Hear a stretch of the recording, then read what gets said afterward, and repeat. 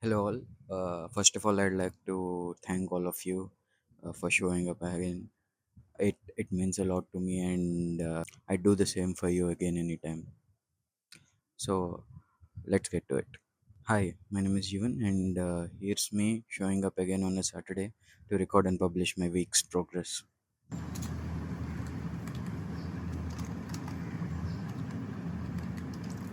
Let's start with some good news.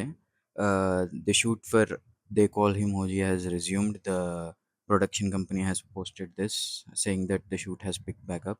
And this week, reportedly, there are going to be some shoots in Mumbai involving Pawan Kalyan sir and Imran Hashmi. So, yeah, I'm pretty excited about it. So, as I've promised, I've been learning this piece of music, which is one of my all time favorites. I'm sure you'll recognize it. I'm still working on it, so the playing might be a bit rusty. So please do forgive me for any shortcomings. Uh, and anyhow, this is what I wanted to showcase, that it's not always the perfect product that comes out. I wanted to show the struggle in between too. And here it goes.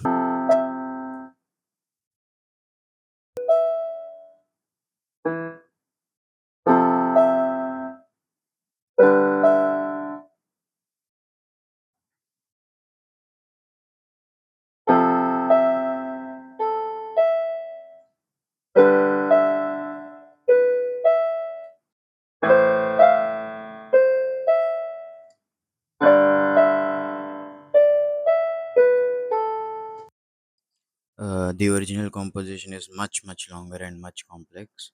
It would take me some more time to learn, and also it would take up a whole video just to play that. Here's the notes I've been following, and I'll leave a link if you're curious. And thank you. Learning on a piece that you already love really helps. I think I'll keep learning this, and I'll try to complete this whole composition someday. It will take time. I'll do practice daily and share with you my progress. The past week has been kind of rough actually. I've learned that just as war breeds peace and peace breeds war, action begets inaction and inaction begets action. I was fine until last week. I finally had a schedule set in place where I gave sizable amounts of time for my passion, for my studies, for my hobbies, everything. And yeah, everything went great. I surprisingly grew tired of this cycle of doing the same thing again and again. Though this cycle benefited me, I wanted to break free just because, just like Dostoevsky said, I wanted to break free.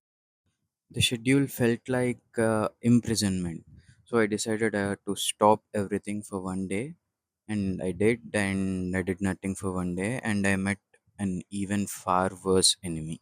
I grew anxious at the fact that I was doing nothing and that there was so much else to do. I to myself was like, bro, chill. And just like everybody else who ever heard this advice, I couldn't. That's when I found out about my inbred nemesis, my aversion to static inertia. Static inertia is the inertia that a body at rest possesses. I once again realized that my mind can't remain in one place. It needed constant stimulation, constant interesting things to feed upon. And this was disturbing to me because a lot of things in life require patience. And I thought, if I can't stand still, how can I ever be the last man standing? Anyway, on to more lighter notes. Let's talk about books. I'm continuing the books I mentioned last week, The Three Body Problem and Influence. I'll get back to influence, but starting to like the Three Body Problem.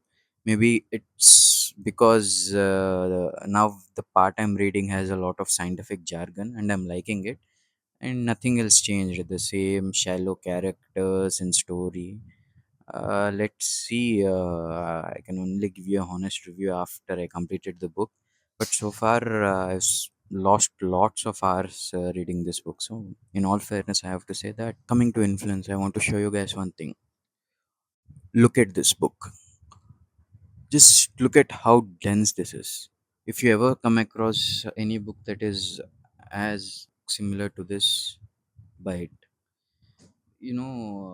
This book solves a great problem within the non-fiction genre.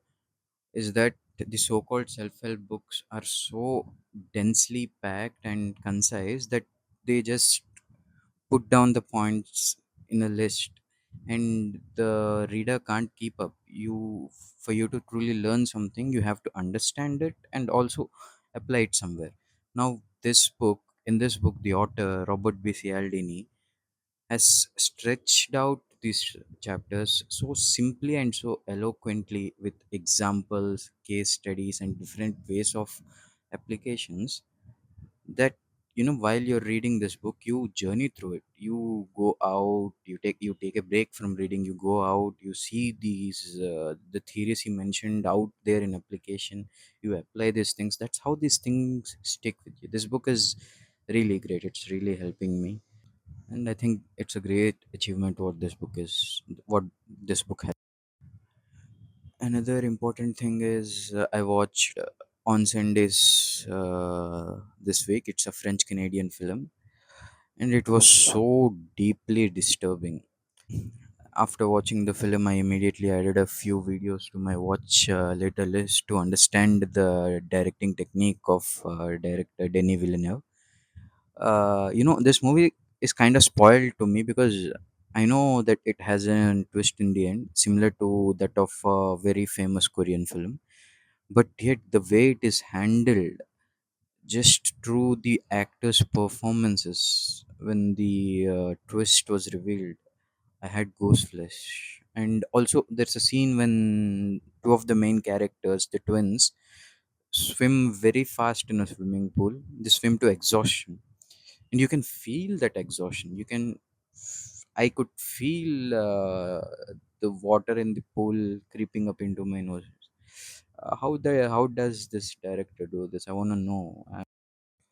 One more thing I want to mention is that I resumed playing The Last of Us Part 2, and I stopped it because I couldn't find time, and I was playing it in the highest difficulty, which made the story progression really slow. Anyway, I found some time and I resumed playing, and I'm really really enjoying it. Hopefully, if I could find some time, I'll stream it while playing someday this week. And coming to the last thing this week, the final reckoning is releasing in India right now today, and I'm very excited to go. I have my tickets booked, and hope maybe I'll jot down my thoughts and post a video. Let's see if I have, if I could make some time to do that. And anyway, uh, got to go. Show starts in about 40 minutes. As always, thank you so much for watching. Ciao.